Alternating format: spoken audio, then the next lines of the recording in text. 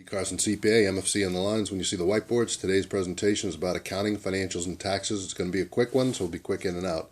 Basically, it's about the lines of entities. Entities could be industry, government, nonprofits, NGOs, small and medium-sized enterprises, or the individual family, which also has financials, accounting, and taxes. Accounting, financials, and taxes, as we all do.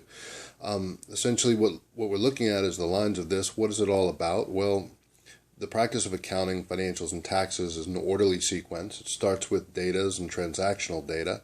You have transactional data every time there's an exchange of value between an individual and an entity, being, again, industry, government, nonprofit, NGO, or an SME. Basically, you have a person provides their skills and talent to an organization, or their manual labor, or whatever it may be, or some idea or property or some measure of value in contribution to the services in these lines. In return, they receive remuneration in dollars or other value. That amount is a receipt of an item that's a date item in your financials. It's basically something that needs to be captured within the accounting range. In simple terms, it's an exchange of economic value because it corresponds not only to dollars, but to dollars, to securities being equity, debt, property, and other type of things. An exchange of services, barter transactions, where you might exchange services to receive something other than cash in the deal, or where you might put services into an organization and receive shares of ownership or other types of things. Those are all counting, examples of accounting value. The data that travels along those lines is the substance of the transaction, the form of the transaction based on what does it mean and where should it be classified. So you have accounting as an orderly system to look at transactional data in the economy. And it could be as simple as someone comes to your store and they buy a jug of milk from you. When they buy that jug of milk, there's an exchange of value for value. You've given them a jug of milk. In return, you receive money, and that jug of milk is not just a jug of milk, but it's an element in your entity's financials because you had the cost to bring that into your business, the cost of refrigeration to maintain that jug of milk, and all that needs to be priced in efficiently to your cost. That's a very simple example looking at a grocer. If you were looking at the broader economy, it would be anything in the same model. You deliver a service to someone, you have a cost to that service, and it's the knowledge of how to use accounting to look at that. And that's another relevant element of accounting financials. In this one, we just wanted to talk about the broad lines. Cost accounting and managerial finance will be the next one, of how to associate the cost of goods and production into your business in a broad overview. That's a strong part of what we can bring for value, that understanding of the managerial accounting and how important it is to know your cost, because that is the ability to manage your cost. And without knowing them, you can't get there. So through accounting, financials, and taxation, a broader understanding of your entity or your individual family lines, and an ability to capture the transactional data, which is your banking data, those monthly bills you receive, and all that type of good stuff, to put it into a structured order, which is, basically coming into the structure of accounting that will roll up into financials. That's all about structure, the basis of accounting you're on, potentially GAAP, potentially IFRS, potentially other comprehensive basis, including tax and regulatory basis. This one more focused on the broad lines of accounting, financials, and taxation. Once that data comes through accounting to financials, you have the form of structure, which permits for financial analysis. Once that structure of financial analysis is available, you can begin to look at what you're doing, and it allows for strategic planning, because what happens is through the formation of these lines, you find entity and net worth statements, which in turn are maps which allow you to strategically analyze where you are, look at things like costs being your expenses, look at your revenues, where your money's coming from, and ideally to optimize the value that you put in so that it maximizes the returns you receive and to minimize the costs and expenses to a reasonable line. Within those lines, the most relevant lines to work with are human capital and technology. The cost of goods is generally fixed, but you can look across suppliers, find some savings. But the critical lines of delivery and porting value these days tends to be the people power potential within your business, which we say to empower them and make them a stronger part of your business as a profitable entity, and the technology lines, which support people, and ever more so with knowledge and the capital of ability to improve your knowledge in any business sector. And that's something else we bring in, because the DCarsonCPA MFC lines are mapped to strong lines of global research.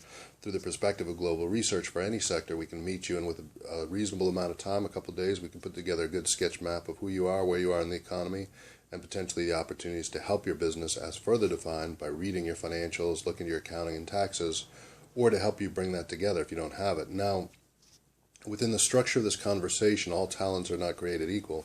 You have different people with different skills and abilities. And when you get into the CPA mark, one of that is, basically someone who's taken an exam, they're licensed by the state. So if you're dealing with a CPA on accounting and financials and taxes, it's different than bookkeeping. It's a grade of that person rising up to meet an accountability standard, and with that accountability standard is the potential to greater work with accounting, financials, and taxes through a common structure, which is understood to be the common structure of GAAP, tax, compliance, those type of needs. And it is a field where things are dynamic and constantly changing, so there are continual education requirements for accountants in the field. Our business is a continually learning business model with opportunities to look at who you are, where you are in the economy and financials, and ways to help. When we get over to the last line, the value of accounting is it provides structure, it supports management of resources, that's the supply and demand in economic terms, and the efficiency with which you match supply and demand through your business model or through your family financial efforts. On the last lines here, we have one that accounting is a thing that requires patience and deep knowledge of financials, entities, and technology.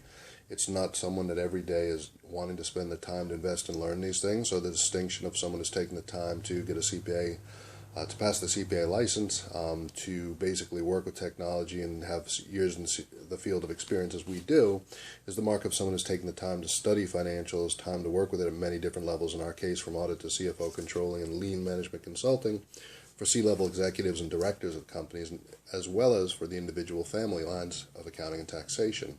So within that broad realm, these are points where we can help. We'll get into more details more and more as we go with the whiteboards, but this is just a quick introduction. It's hard to know and anticipate the needs of every individual, so we request that you reach out to us, and for the questions you have in accounting, financials, and taxes, how it brings value to you. Hope that this is sufficient to quickly explain that it's the discipline of taking data and mapping into a commonly understood format where accounting, financials, and taxes breathe life into the picture of your business.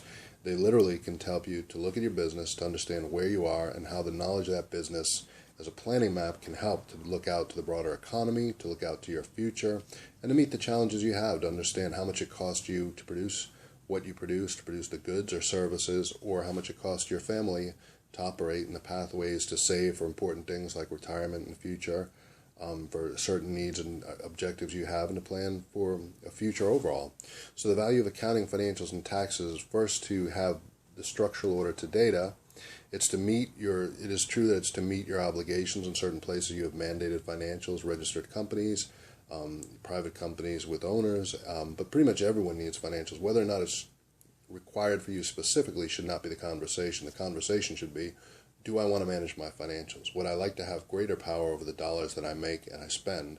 And if the answer to that is yes, and it should be yes, because once you have this degree of understanding, it allows you to move from just randomly acting to having a pattern of understanding and structure. And the required part where we connect is someone with a willingness to learn, with a willingness to listen and understand the importance of accounting in relation to an entity. We can take these skills and we can use them for many things, not solely for accounting, for strategic and operational lines.